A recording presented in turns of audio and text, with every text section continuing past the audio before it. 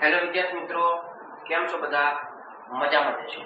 વિદ્યાર્થી મિત્રો, આજે આપણે ધોરણ 9 વિષય ગણિત માં પ્રકરણ નંબર 1 સંખ્યા પદ્ધતિ, જેમાં આપણે પહોંચ્યા છીએ સ્વાધ્યાય 1.5. અગાઉ આપણે સ્વાધ્યાય 1.1, 1.2, 1.3, 1.4 એમાં પણ મોસ્ટ આઈએમપી દાખલા જોયા. જેમ અહીંયા સ્વાધ્યાય 1.5 છે, આ દાખલા પર પરીક્ષામાં 2 માર્કમાં પૂછાય છે અને આ દાખલા છે એ તમે ધોરણ 8 માં શીખીને આવ્યા છો. તો આજે આપણે સ્વાધ્યાય 1.5 માં દાખલા કેવી રીતે ગણવા એનો આપણે અભ્યાસ કરીએ. તો સૌપ્રથમ અહીંયા એવું કીધું છે, કિંમત શોધો. પહેલી રકમ છે 64 ની 1/2. તો મિત્રો, આ જે 64 છે એ કોઈનો વર્ગ છે? હા, 64 કોનો વર્ગ છે? હા, 8 નો વર્ગ. એટલે કે 64 ની જગ્યાએ શું લખવાનું? 8.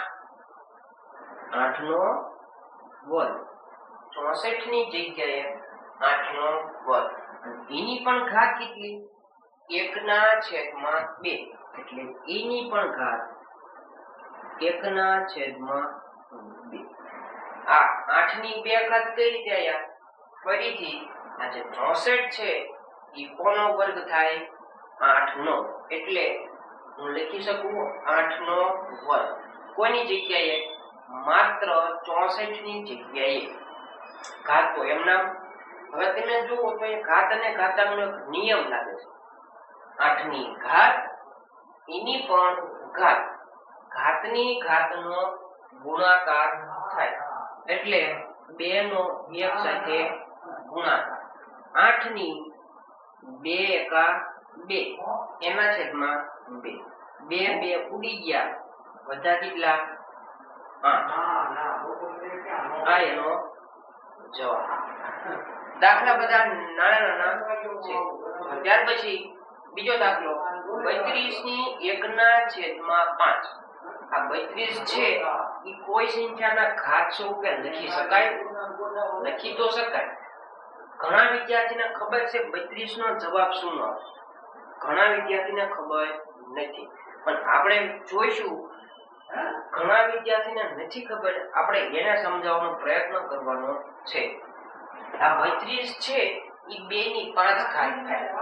ઘણા વિદ્યાર્થીને ખબર હોતી નથી. એટલા માટે આપણે વિદ્યાર્થીને સમજાય એટલે આપણે નિસરણી વાળી રીતે દાખલો ગણીશું. તો 32 ની નિસરણી 2 ના ઘડિયામાં 32 આવે? હા. 16 દુ 32.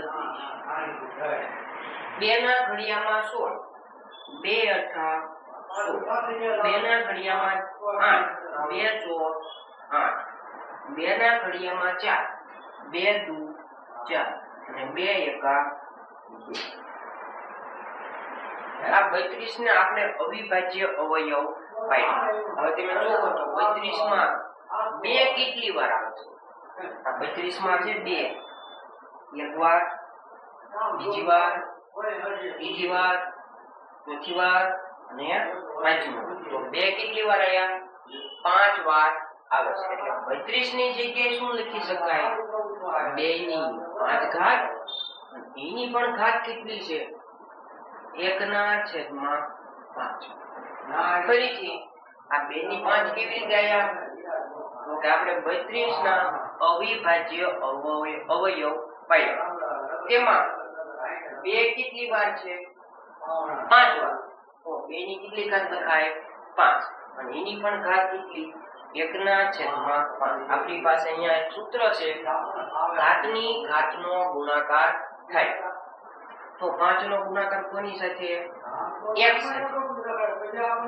2 ની 5 એકા 5, એના છેદમાં 5 5 ઉડી જાય તો વધે કેટલા? ખાલી 2. આ એનો જવાબ. ઘણા વિદ્યાર્થીઓ હોશિયાર હોય તો જાણતા હોય કે આ સાહેબ 5 છે, 5 ના છેદમાં 5 કેમ કરે છે? 5 5 કેમ નીચે ઉડાડી દેતા? તો હોશિયાર વિદ્યાર્થી પોતાની રીતે સ્ટેપ કાપી શકે છે, તેમ છતાં પણ જવાબ કેવો આવે?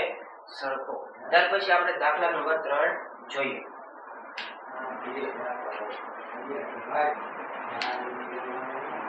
હવે ત્રિજ્યાની રકમ આ 125 છે એ કોઈની ઘાત સ્વરૂપે લખી શકાય?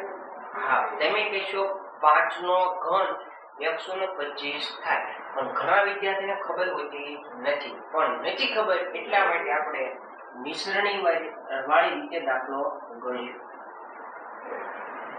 5 ના ઘડિયામાં 125, 25 પંચા 125, 5 ના ઘડિયામાં 25, પચો પચો 25 અને 5 એકા 5.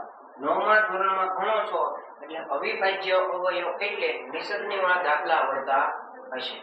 હવે તમે જુઓ તો 125 છે એમાં 5 કેટલી વાર?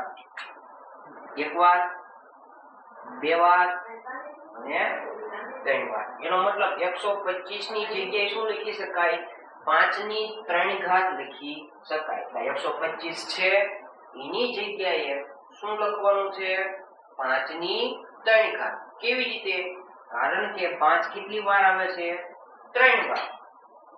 રકમ 125 એની ઘાત 1/3. 125 ની જગ્યાએ 5 ની 3 ઘાત અને એની પણ ઘાત 1/3. અહીંયા સૂત્ર લાગે છે ઘાતની ઘાતનો ગુણાકાર થાય. 5 ની 3/3. 3 ઉડી ગયા તો વધ્યા ખાલી 5. ત્યાર પછી દાખલા નંબર 2. આનો આ દાખલો કિંમત શોધો. આ 9 છે એ કોઈની ઘાત સ્વરૂપે લખી શકાય? હા, કોઈની ઘાત? હા, 3 નો વર્ગ. એની પણ ઘાત 3/2. 3/3 એમ. અહીંયા ઘાત અને ઘાતાંકનો એક નિયમ લાગે છે, ઘાતની ઘાતનો ગુણાકાર થાય. એટલે 2 તેરી 6, 6/2 છે ઉડે. હા, ત્યારે 2 તેરી 6 એટલે જવાબ આવ્યો 3 ની 3 ઘાત. 3 ની 3 એટલે કેટલી થાય?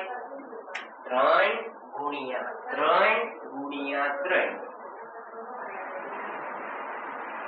3 વાર જ કેમ? કારણ કે જેટલી ઘાત હોય એટલી વખત આધારને લખવો પડે. તો ગુણાકાર 3 તેરી 9. હવે 9 નો કર્યો 9 તેરી 27. તો આ દાખલાનો જવાબ કેટલો? 27. ત્યાર પછી બીજો પ્રશ્ન. 32 છે એ કોઈની ઘાત સ્વરૂપે લખી શકાય? આપણે શીખ્યા 32 નું નિસરણી શું છે? 2 ની 5 ઘાત. તો આપણે હવે બીજી વખત નિસરણી બતાવશું નહીં.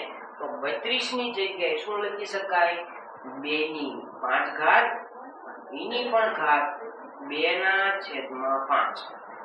ફરીથી 2/2 એમના ઘાતની ઘાતનો ગુણાકાર 5 અને 2 નો ગુણાકાર 10/5. 2/2 એમના 5 ના ઘડિયામાં 10. 5 10. જવાબ આવ્યો 2 ની 2 ઘાત. કેમ 2? કારણ કે આના છેદ ઉડાડો એટલે જવાબ કેટલો આવ્યો? 2. પણ ઈ ક્યાં? ઘાત સ્વરૂપે. તો 2 ની 2 એટલે કેટલી થાય? 4. હવે ત્રીજો દાખલો જોઈએ. તો ફરીથી આ 125 છે એ કોઈની ઘાત સ્વરૂપે લખી શકાય? હા, હમણાં જ આપણે ગણ્યું 125 માં ઘાત કોના સ્વરૂપે? 5 3 વખત. અહીંયા લખો 5 ની 3 ઘાત અને એની પણ ઘાત -1/3. અહીંયા ફરીથી પાછું સૂત્ર કયું? તો ઘાત એની પણ ઘાત. ઘાતની ઘાતનો ગુણાકાર થાય. 3 નો એક સાથે ગુણાકાર 5 ના 5 એમના 3 એકા 3. 3/3. શું આ સાચું છે? ના. કેમ? કારણ કે માઈનસ નિશાની ભૂલાઈ ગઈ. માઈનસ ના માઈનસ એમના 3 ઉડી ગયા. તો વધુ શું? 5 ની -ઘાત. આવી રીતે ના, કારણ કે ગુણાકાર અને ભાગાકાર માટે ઘાત કેટલી હોય? 1. હવે 8મા ધોરણમાં એક આવું સૂત્ર શીખી ગયા, માઈનસ ઘાત વાળું સૂત્ર છે a ની માઈનસ m ઘાત બરાબર 1 ના છેદમાં a ની m ઘાત. એટલે કે આપેલી સંખ્યાનો વ્યસ્ત કરવાનો, નિશાની કેવી કરી લેવાની? પ્લસ, એટલે 1 ના છેદમાં 5. આ દાખલાનો જવાબ. તો ત્યાર પછી દાખલા નંબર 3. અહીંયા તમે જુઓ તો ઘણા વિદ્યાર્થીઓને પોઈન્ટ કહે છે, પણ આનું નામ પોઈન્ટ છે નહીં, આનું નામ છે ઇનટુ. અંગ્રેજીમાં કહેવાય મલ્ટીપ્લાય, અથવા આપણે કહીએ છીએ આને ગુણાકારની નિશાની. અહીંયા તમે જુઓ તો ફરીથી આખું સ્વાધ્યાય ઘાત અને ઘાતાંકના નિયમ ઉપર ચાલે છે. તો અહીંયા જુઓ તો આધાર સરખો છે, તો ઘાતનો સરવાળો થાય તો 2 ના 2 એમના, ઘાતનો સરવાળો 2 ના છેદમાં 3 પ્લસ 1 ના છેદમાં 5, 2 ના 2. હવે તમે જો વિદ્યાર્થી મિત્રો, તો અહીંયા શું સરવાળો થશે? ના. કેમ? કારણ કે 2 ના છેદ કેવા છે? અલગ, તેથી સરવાળો થાય નહીં. આપણે જાણીએ છીએ જો છેદ અલગ હોય તો લસા લેવો પડે, કાં ચોકડી ગુણાકારની રીત વાપરવી પડે. તો આપણે ચોકડી ગુણાકારની રીત વાપરી 5 નો ગુણાકાર કોની સાથે? 2 સાથે. 5 દુ 10 પ્લસ 3 નો ગુણાકાર કોની સાથે? 1 સાથે. 3 એકા 3 અને છેદમાં નીચેનો ગુણાકાર 3 પંચા 15, 2 ના 2 એમના, 10 ને 3 13, 13 ના છેદમાં 15. આ એનો જવાબ. બીજો દાખલો, અહીંયા પણ થોડુંક ધ્યાનથી જુઓ તો ઘાત અને ઘાતાંકનો નિયમ લાગે છે. આ ઘાત કોની છે? 7 બેની, 1 ની ઘાત છે અને 3 ની પણ ઘાત છે. એટલે આપણે ઘાત બંનેને અલગ અલગ આપ્યું. 1 ની 7 ઘાત છેદમાં 3 ની 3 ઘાત, એની પણ ઘાત કેટલી? 7. આવી રીતે કોઈ દિવસ લખાય નહીં. કૌંસ કરી દઈએ. 1 ની 7 ઘાત કેટલા થાય? 1 છેદમાં આ 3 ના 3 એમના. અહીંયા જુઓ તો એક નિયમ લાગે, ઘાતની ઘાતનો ગુણાકાર 3 સત્તા 21. આ એનો જવાબ. હવે ત્રીજો દાખલો, વિદ્યાર્થી મિત્રો, આપણે જાણીએ છીએ આનું નામ છે ભાગાકારની નિશાની. પણ મારે આવી રીતે ન લખવું હોય તો હું આને બીજી રીતે લખી શકું છું. કેવી રીતે? તો આવી રીતે લખાય 11 ની 1 ના છેદમાં 2 ભાગાકારની નિશાની. જો આ નિશાની મારે ન લખવી હોય તો આ નિશાની સ્વરૂપે લખી શકું છું. ત્યાર પછી 11 ની 1 ના છેદમાં 4. અહીંયા તમે જુઓ ધ્યાનથી તો ભાગાકારની નિશાની છે અને બેમાં આધાર કેવો? સરખો. તો ભાગાકારની નિશાની હોય તો ઘાતની બાદબાકી થાય. એટલે 11 ની 1 ના છેદમાં 2 માઈનસ 1 ના છેદમાં 4.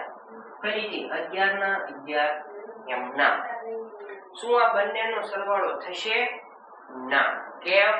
કારણ કે છેદ સરખો નથી. તો ચોકડી ગુણાકારની રીત 4 એકા 4 માઈનસ 2 નો ગુણાકાર 1 સાથે 2 એકા 2 છેદમાં નીચેનો ગુણાકાર 2 ચોક 8.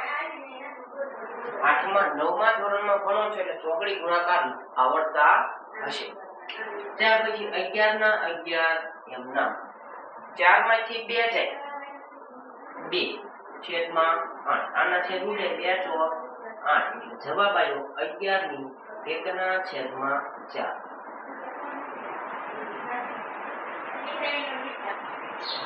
હવે ચલો દાખલો, અહીંયા આપણે ઘાત અને ઘાતાંકનો નિયમ લાગે. જો તો 100 નામ ગુણાકારની નિશાની. બેમાં નીચેનું કેવું છે? અલગ અલગ. અને ઘાત કેવી? સરખી. તો આપણી પાસે સૂત્ર છે આધાર નો થાય ગુણાકાર. 7 ગુણ્યા 8 એની ઘાત 1/2. આ ઘાત અને ઘાતાંકનો એક નિયમ છે. આધાર અલગ અલગ જો ઘાત સરખી હોય તો આધાર નો થાય ગુણાકાર. 7 અઠા 56 ની 1/2 ઘાત. આ એનો જવાબ. વિદ્યાર્થી મિત્રો, જો તમને આવા વિડીયો ગમતા હોય તો ચેનલને લાઈક, શેર અને સબસ્ક્રાઇબ કરવાનું ભૂલતા નહીં. ઘણા વિદ્યાર્થી વિડીયો તો જોવે છે પણ ચેનલને સબસ્ક્રાઇબ કરતા નથી. અને તમારા મિત્રને પણ આ વિડીયો શેર કરજો, જેથી કરીને એને સમજી ગયા તેના મિત્ર પણ કેવા થાય? હોશિયાર. અને સાથે સાથે તમારે પણ હોશિયાર થવાનું છે.